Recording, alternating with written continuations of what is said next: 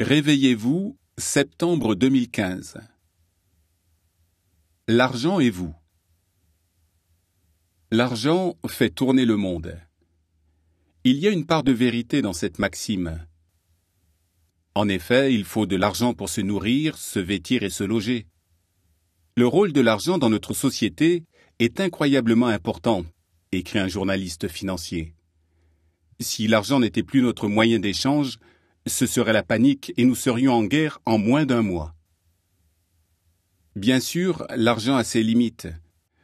Le poète norvégien Arne Garborg a dit qu'avec l'argent, chacun peut s'acheter de la nourriture, mais pas l'appétit, des médicaments, mais pas la santé, des lits moelleux, mais pas le sommeil, des connaissances, mais pas l'intelligence, un statut social, mais pas la bonté, des choses qui brillent, mais pas le bien-être, des amusements, mais pas la joie, des camarades, mais pas l'amitié, des serviteurs, mais pas la loyauté. Quand une personne conserve une vision équilibrée de l'argent, en le considérant comme un moyen et non comme une fin en soi, elle est plus susceptible de trouver le contentement. La Bible avertit « L'amour de l'argent est une racine de toutes sortes de choses mauvaises, et en aspirant à cet amour, quelques-uns se sont transpercés partout de bien des douleurs. » 1 Timothée 6, verset 10. Notons que c'est l'amour de l'argent, et non l'argent lui-même qui est nuisible. En effet, accorder une importance excessive à l'argent peut briser des amitiés et diviser des familles. Voyons quelques exemples. Daniel. J'ai toujours vu mon ami Thomas comme quelqu'un d'agréable et d'honnête. Je n'avais jamais eu de problème avec lui, jusqu'à ce qu'il achète ma voiture. À ma connaissance, elle n'avait aucun défaut particulier. Toujours est-il que sur les papiers, il était d'accord pour l'acheter en l'état. 3 mois après la vente, la voiture est tombée en panne. Il a eu l'impression d'avoir été trompé et en colère a exigé que je lui rende son argent. J'étais sidéré. J'ai essayé de raisonner avec lui, mais il est devenu agressif. Dès que l'argent est devenu un problème, il n'a plus été le Thomas que je connaissais. Essine. Nesrim est mon unique sœur. On s'est toujours bien entendu. Du coup, je n'aurais jamais cru que notre relation puisse se détériorer à cause de l'argent. Pourtant, c'est exactement ce qui s'est passé. À leur mort, nos parents nous ont laissé un petit héritage. Ils avaient précisé que l'argent devait être divisé en 2 parts égales. Ma sœur s'est opposée à leur volonté et a réclamé plus. Mais j'ai choisi de respecter les instructions de nos parents. Elle s'est alors mise dans une colère noire et m'a menacée. Depuis, elle m'en veut profondément. Argent et préjugés. Une vision déformée de l'argent peut amener quelqu'un à porter des jugements hâtifs. Par exemple, une personne riche pourrait penser que les pauvres sont trop paresseux pour améliorer leurs conditions. Ou une personne qui a peu de moyens pourrait conclure hâtivement que ceux qui ont plus de biens sont matérialistes ou avides. Léane, une adolescente qui a grandi dans une famille aisée, a été victime de ce genre de préjugés. Elle raconte « J'étais connue comme la fille dont le père gagnait beaucoup d'argent.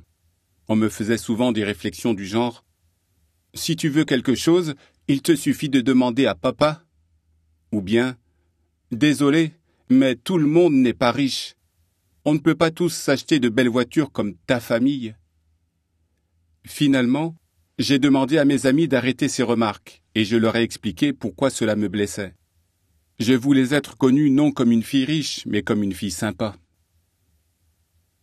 Ce que la Bible dit.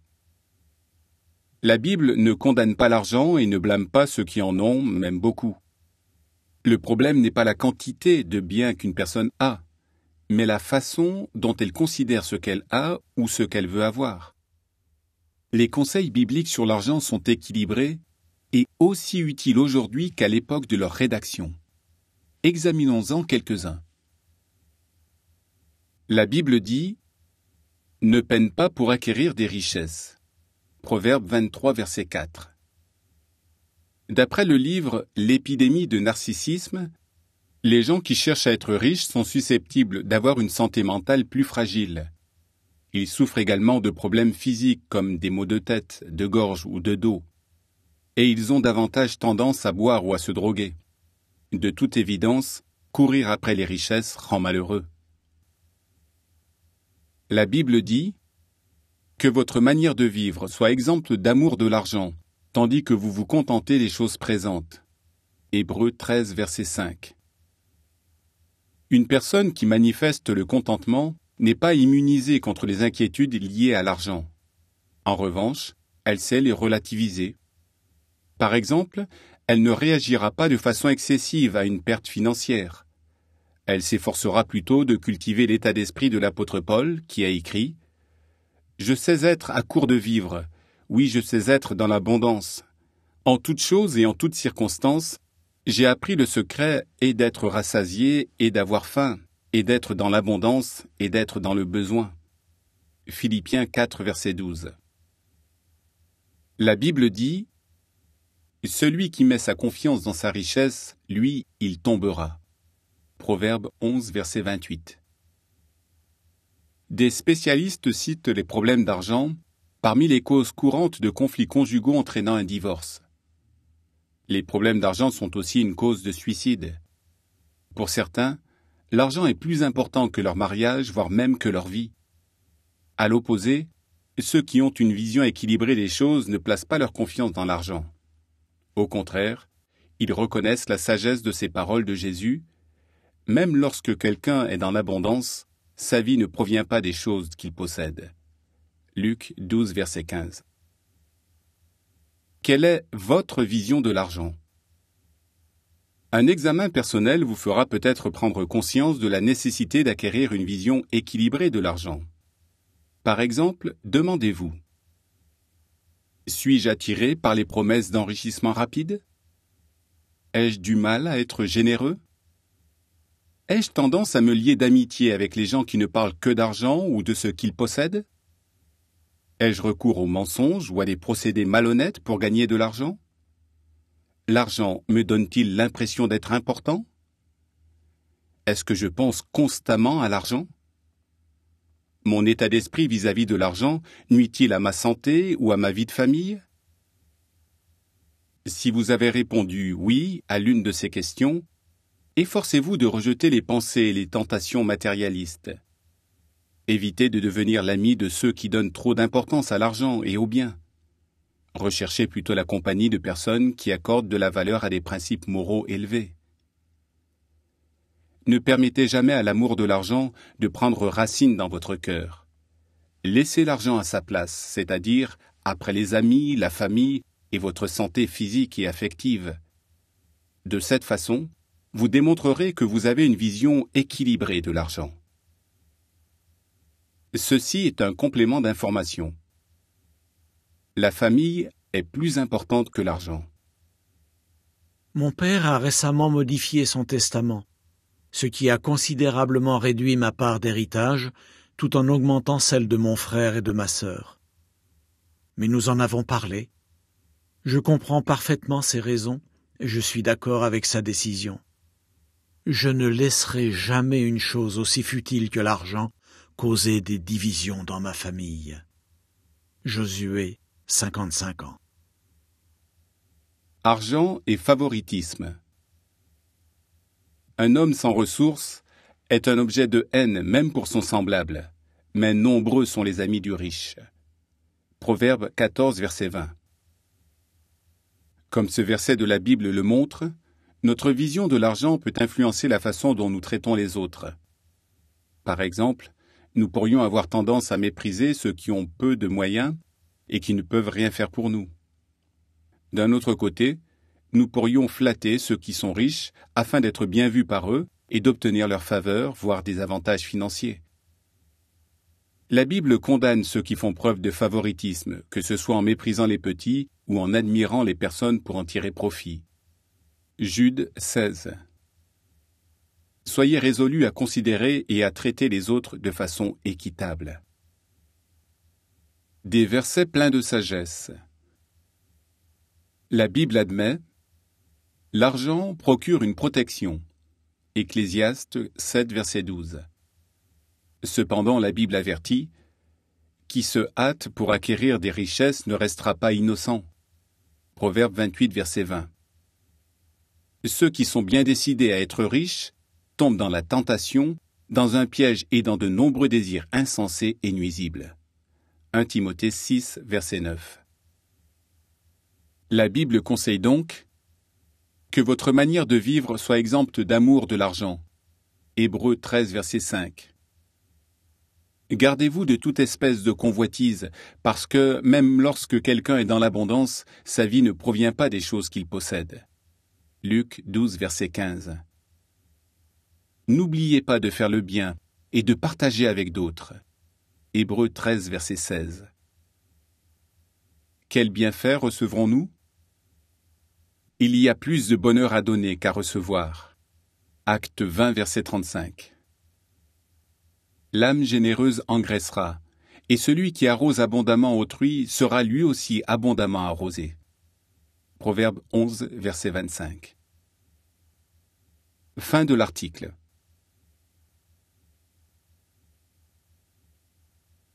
Coup d'œil sur le monde. Zoom sur le Moyen-Orient. Berceau de nombre des premières civilisations du monde, le Moyen-Orient est une mine de trésors archéologiques. Viticulteurs cananéens. En 2013, des archéologues ont mis au jour une immense cave à vin cananéenne vieille de 3700 ans. Il s'y trouvait 40 grandes jarres pouvant contenir l'équivalent de 3000 bouteilles de vin. Un archéologue a analysé des résidus trouvés dans les jarres et a constaté que les Cananéens étaient des viticulteurs méticuleux.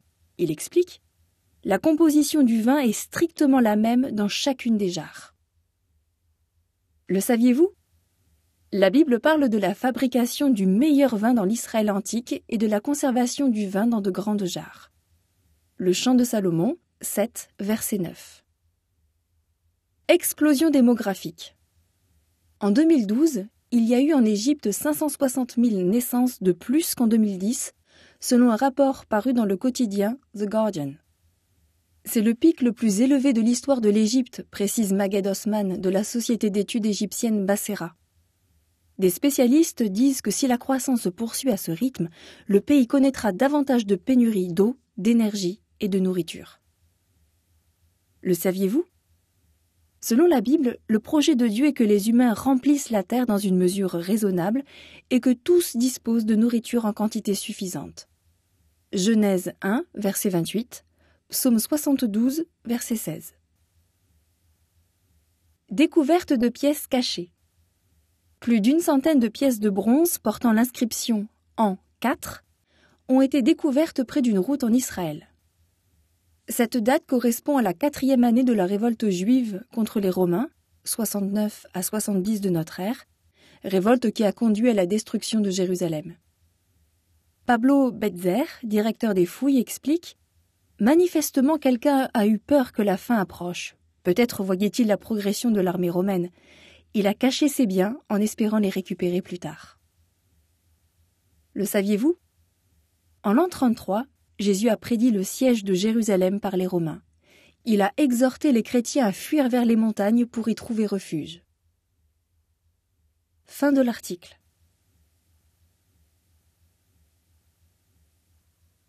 De l'aide pour les familles. Comment s'excuser ? Le défi. Vous venez de vous disputer avec votre conjoint. Je n'ai pas à m'excuser, vous dites-vous. Ce n'est pas moi qui ai commencé. Vous faites comme si de rien n'était, mais la tension subsiste. Vous réfléchissez de nouveau à l'idée de présenter des excuses, mais vous êtes incapable de prononcer ces simples mots « Je suis désolé ». Pourquoi c'est compliqué ? Votre amour-propre. Charles, un homme marié, avoue « Parfois, à cause de mon ego, j'ai du mal à dire « je suis désolé ». Par excès d'amour-propre, vous pourriez vous sentir trop gêné pour reconnaître votre part de responsabilité. Votre point de vue. Vous pensez peut-être que des excuses ne s'imposent que si vous êtes responsable du problème. Jill, une femme mariée, confie « Quand je sais que j'ai entièrement tort, c'est facile de dire « je suis désolé ».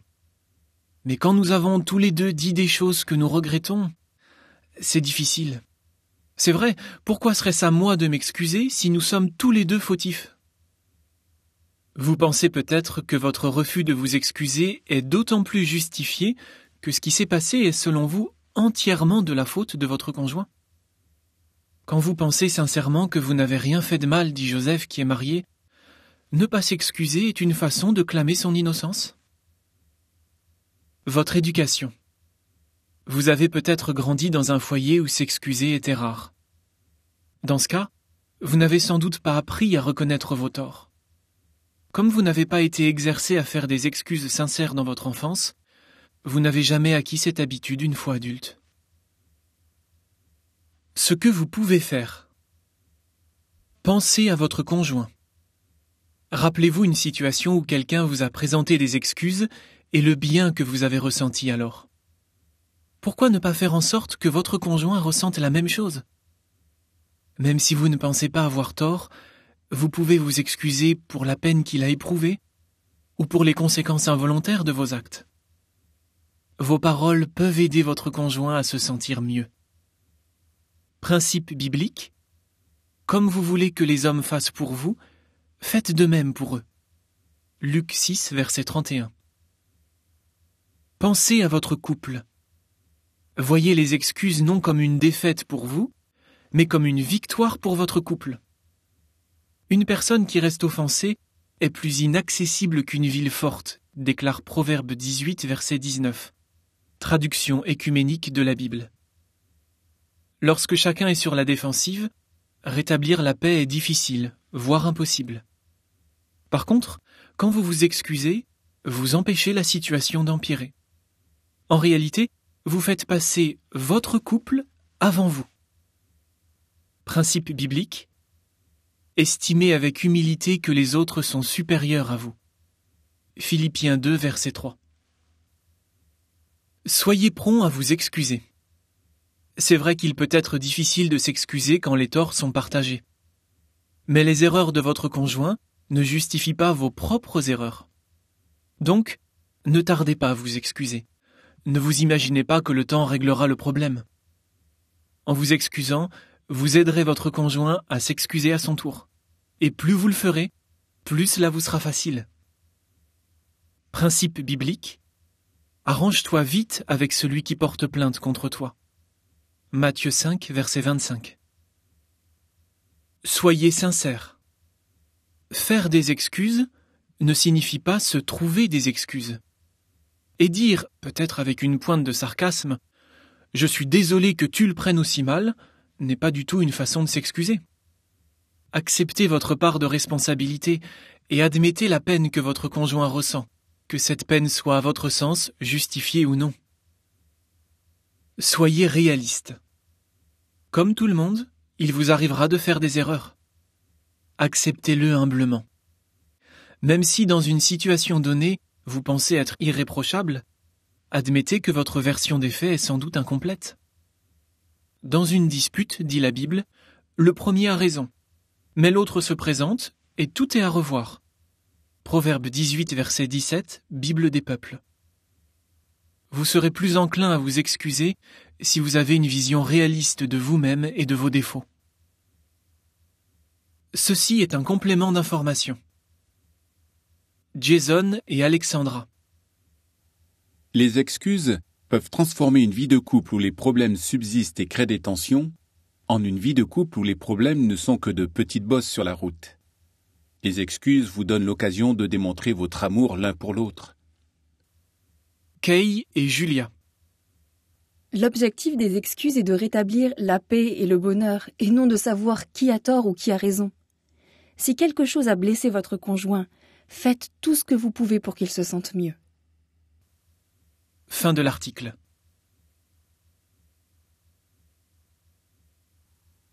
Portrait du passé. Hérodote. Des siècles en arrière, à quoi ressemblait la vie des gens? Quelles étaient leurs coutumes? L'archéologie fournit quelques réponses, mais pas toutes. Pour comprendre la mentalité des peuples anciens, il serait utile qu'un de leurs contemporains ait rapporté par écrit l'histoire du monde connu d'alors. Un homme l'a fait. Son nom est Hérodote, un historien grec du 5e siècle avant notre ère. Le titre de son œuvre, Histoire. Hérodote a entrepris de consigner les causes des guerres menées par les Grecs, et en particulier les causes de l'invasion perse de 490 avant notre ère et de celle de 480 qui a eu lieu quand il était enfant. Autour de ce thème central, il fait d'importantes digressions dans lesquelles il relate tout ce qu'il a pu découvrir sur chaque nation concernée par l'avancée perse. Plus que de l'histoire. Hérodote était un narrateur talentueux. Il était extrêmement méthodique, mentionnant dans ses écrits tous les détails qu'il estimait nécessaires pour compléter ses récits. L'œuvre d'Hérodote est d'autant plus remarquable qu'il ne pouvait pas s'appuyer sur des archives officielles faisant un récit complet des événements historiques. De tels documents étaient en effet très rares. En ce temps-là, peu se donnaient la peine de conserver une trace écrite de l'histoire, si ce n'est ceux qui, pour se vanter, inscrivaient leurs glorieuses actions sur des monuments. Hérodote a donc dû s'appuyer sur l'observation, les traditions et des témoignages, afin de s'informer sur les événements dont il voulait rendre compte. Pour cela, il a beaucoup voyagé. Il a grandi dans la colonie grecque d'Halicarnasse, aujourd'hui Bodrum, au sud de la Turquie, et a parcouru une grande partie de la Grèce. Vers le nord, il a été jusqu'à la mer Noire et en Scythie, dans l'actuelle Ukraine, et vers le sud, en Palestine et dans la Haute-Égypte. Il s'est apparemment rendu vers l'est à Babylone, et a probablement fini ses jours plus à l'ouest, dans une colonie grecque au sud de l'actuelle Italie. Partout où il allait, il observait et posait des questions, ce qui lui permettait de recueillir des informations auprès des sources qu'il estimait les plus fiables. L'exactitude de ses écrits. Quelle est l'exactitude des informations fournies par Hérodote? On considère comme exacte la connaissance qu'il avait des pays dans lesquels il s'est rendu et des choses qu'il a personnellement vues. Ses descriptions de pratiques inconnues en Grèce, comme les funérailles royales scythes ou la momification égyptienne, correspondent assez bien aux découvertes archéologiques. D'après un ouvrage, la richesse de ses renseignements sur l'Égypte dépasse en importance tout ce qui a été écrit dans l'Antiquité sur ce pays. Mais souvent, Hérodote n'a pas eu d'autre choix que de s'appuyer sur des témoignages discutables. Par ailleurs, à son époque, les gens croyaient fermement en l'intervention de dieux païens dans les affaires humaines. Les écrits d'Hérodote ne sont donc pas toujours conformes aux normes des historiens modernes.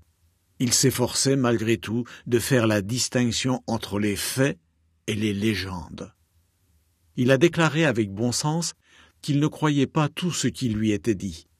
Il formulait ses conclusions après avoir soigneusement examiné et comparé ses sources. Histoire est sans doute la plus grande réalisation d'Hérodote.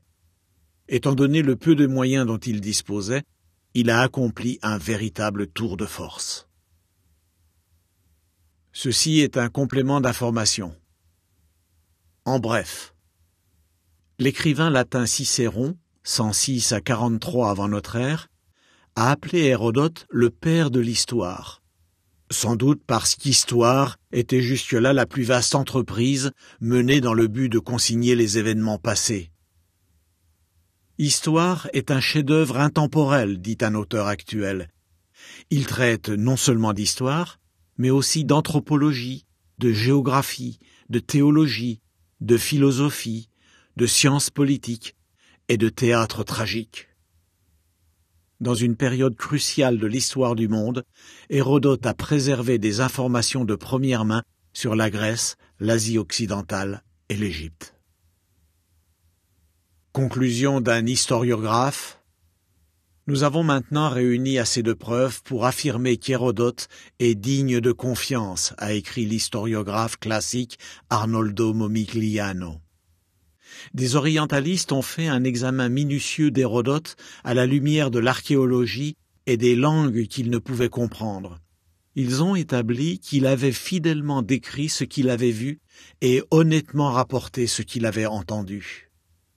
Lorsqu'il s'était trompé, soit ses informateurs l'avaient induit en erreur, soit il avait en toute bonne foi mal compris ce qui lui avait été dit. Fin de l'article.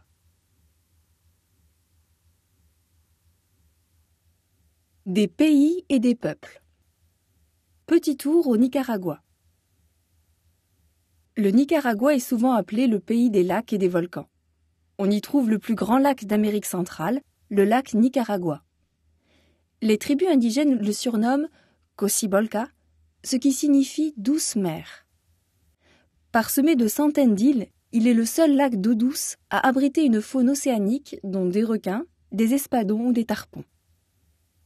Le Nicaragua possède aussi l'une des régions les plus isolées d'Amérique centrale, la côte des Mosquitos. Cette bande de terre de 65 km de large court le long de la quasi-totalité du littoral oriental et se prolonge dans le Honduras voisin. Les Miskitos, autre nom des Mosquitos, sont l'un des nombreux peuples indigènes du Nicaragua dont l'histoire débute avant l'arrivée des Européens au XVIe siècle. Les Miskitos sont une communauté très soudée aux coutumes insolites. Par exemple, la langue miskito n'a pas de mots comme monsieur ou madame pour s'adresser à quelqu'un. Dans les villages, les jeunes appellent les plus âgés oncle ou tante, qu'ils soient ou non de la même famille. Les femmes miskitos suivent une vieille coutume qui consiste à saluer ses amis et ses proches en touchant avec sa joue la joue de l'autre, la première à avoir salué inspirant alors par le nez. Ceci est un complément d'information. En bref, population 6 176 000 habitants. Langue officielle, espagnol. Toutefois, dans les régions autonomes, le miskito, le mayanya, le rama et le créole anglais ont le même statut. Régime politique, république. Capitale, Managua. Climat, principalement tropical mais plus frais dans les régions montagneuses. Géographie, plaine côtière, montagne dans les terres. Petit test. Répondez vrai ou faux à ces affirmations sur le Nicaragua. A. Le nom du pays vient de Nicarao, le chef d'une tribu indigène ayant vécu il y a des siècles. B. Le Nicaragua est le seul pays d'Amérique latine à avoir été colonisé à la fois par l'Espagne et la Grande-Bretagne. C.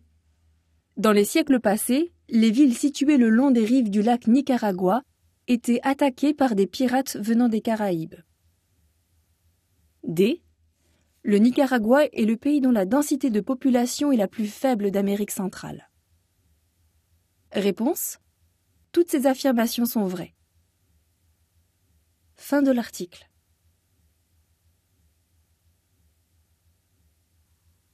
D'après la Bible, la pauvreté.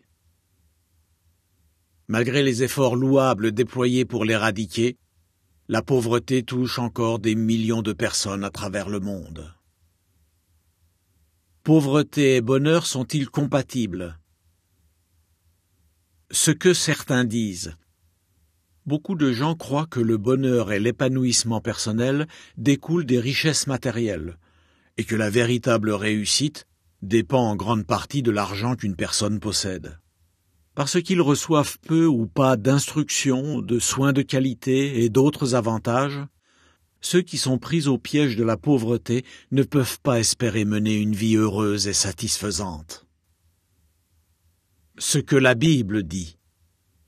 La Bible enseigne que le bonheur d'un individu ne dépend pas de sa situation financière, mais de sa santé spirituelle et de son amitié avec le Créateur. Heureux ceux qui sont conscients de leur pauvreté spirituelle, dit la Bible. Matthieu 5, verset 3. Quelles que soient leurs ressources, ceux qui sont conscients de leurs besoins spirituels sont poussés à rechercher la pensée de Dieu sur différentes questions, et peuvent ainsi découvrir les vérités bibliques qui apportent un véritable réconfort et la tranquillité de l'esprit. Voilà ce qui procure le vrai bonheur. ceux qui comprennent et suivent les conseils de la Bible parviennent plus facilement à faire face à la pauvreté. Ces conseils aident par exemple les gens à se défaire d'habitudes néfastes, comme l'usage du tabac et l'abus d'alcool. À cause de ces pratiques, beaucoup gaspillent leur argent et certains doivent suivre des traitements médicaux coûteux. La Bible nous met également en garde contre les effets nuisibles de l'avidité et du matérialisme. Ces conseils retiennent une personne de dilapider son argent au jeu, ou de cultiver l'amour de l'argent, qualifié de racine de toutes sortes de choses mauvaises. 1 Timothée 6, verset 10. Les Écritures avertissent, même lorsque quelqu'un est dans l'abondance, sa vie ne provient pas des choses qu'il possède. Luc 12, verset 15. En d'autres termes, aucune somme d'argent ne permet d'acheter la vie. Par contre, agir en harmonie avec les sages conseils de la Bible donne du sens à la vie et procure un bonheur authentique. Même s'ils doivent se démener pour se nourrir, se vêtir et se loger, ceux qui vivent dans la pauvreté peuvent trouver le bonheur en cultivant le contentement, en axant leur vie sur ce qui plaît au Créateur et en vivant en accord avec sa volonté. Ils constatent la véracité de cette promesse biblique. La bénédiction de Jéhovah, voilà ce qui enrichit, et il n'ajoute aucune douleur avec elle. Proverbe 10, verset 22. Verset clé. Heureux ceux qui sont conscients de leur pauvreté spirituelle. Matthieu 5, verset 3. La pauvreté disparaîtra-t-elle un jour ? Ce que la Bible dit. Les efforts humains pour endiguer la pauvreté ont échoué. Mais en temps voulu, Dieu s'attaquera à la racine du mal, la tendance égoïste des hommes et des gouvernements à ne s'occuper que de leurs intérêts. Le Créateur remplacera les gouvernements humains qui ne recherchent que leurs propres avantages. Son royaume ou gouvernement céleste pourvoira généreusement aux besoins de tous les habitants de la terre, sans discrimination. La Bible promet clairement que le roi du royaume de Dieu s'emploiera avec compassion à résoudre le problème de la pauvreté. Il délivrera le pauvre qui crie au secours, il s'apitoiera sur le petit et le pauvre, et il sauvera les âmes des pauvres. Psaume 72, versets 12 à 14. La terre sera un paradis où tous les humains auront logement et nourriture, et où la pauvreté aura disparu. Dans le livre d'Isaïe, Dieu promet que ses serviteurs bâtiront des maisons et les habiteront. Oui, ils planteront des vignes et mangeront leurs fruits. Il ajoute, « Ceux que j'ai choisis profiteront pleinement de l'œuvre de leurs mains. » Isaïe 65, versets 21 et 22. Au lieu de s'épuiser pour gagner difficilement leur vie, tous profiteront d'un banquet de mets succulents et d'autres bienfaits venant de Jéhovah. Isaïe 25, verset 6, Nouvelle Bible Second. Pourquoi s'en soucier ? Réfléchir à la promesse divine d'un monde sans pauvreté rassure ceux qui vivent dans des conditions très pénibles, car ils comprennent que Dieu se soucie d'eux et que bientôt leur combat pour s'en sortir prendra fin. Se concentrer sur cette espérance donne la force d'endurer les difficultés actuelles. Verset clé. Il délivrera le pauvre qui crie au secours, il s'apitoiera sur le petit et le pauvre, et il sauvera les âmes des pauvres. Psaume 72, versets 12 et 13. Fin de l'article.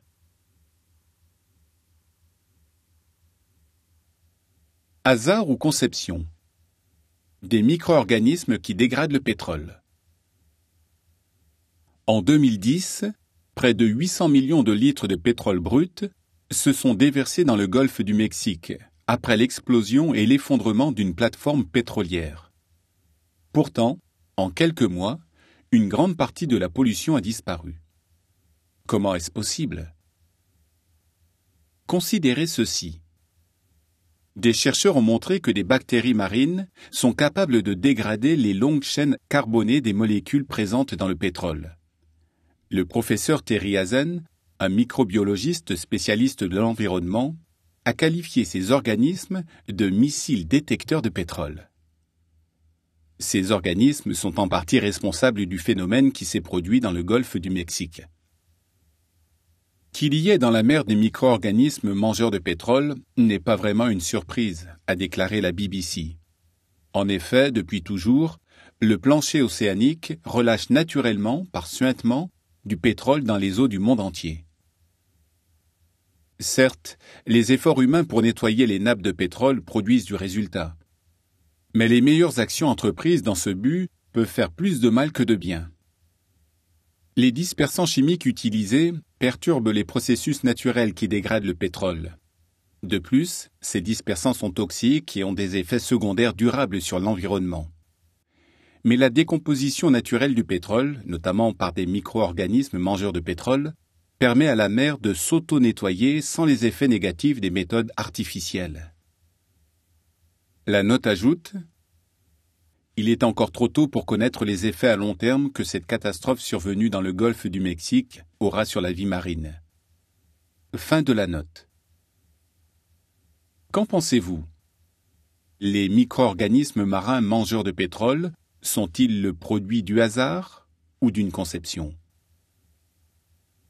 Fin de l'article. Pour plus de renseignements, nous vous invitons à consulter notre site internet www.jw.org. Fin de la revue.